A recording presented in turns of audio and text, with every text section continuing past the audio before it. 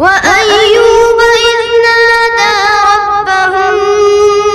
أني مسني الضر وأنت أرحم الراحمين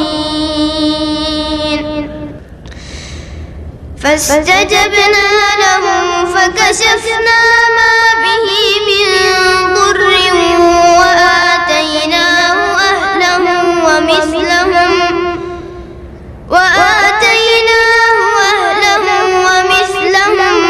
معهم رحمة من عندنا وذكرى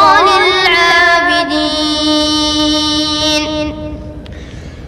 وإسماعيل وإدريس وذا الكفل كل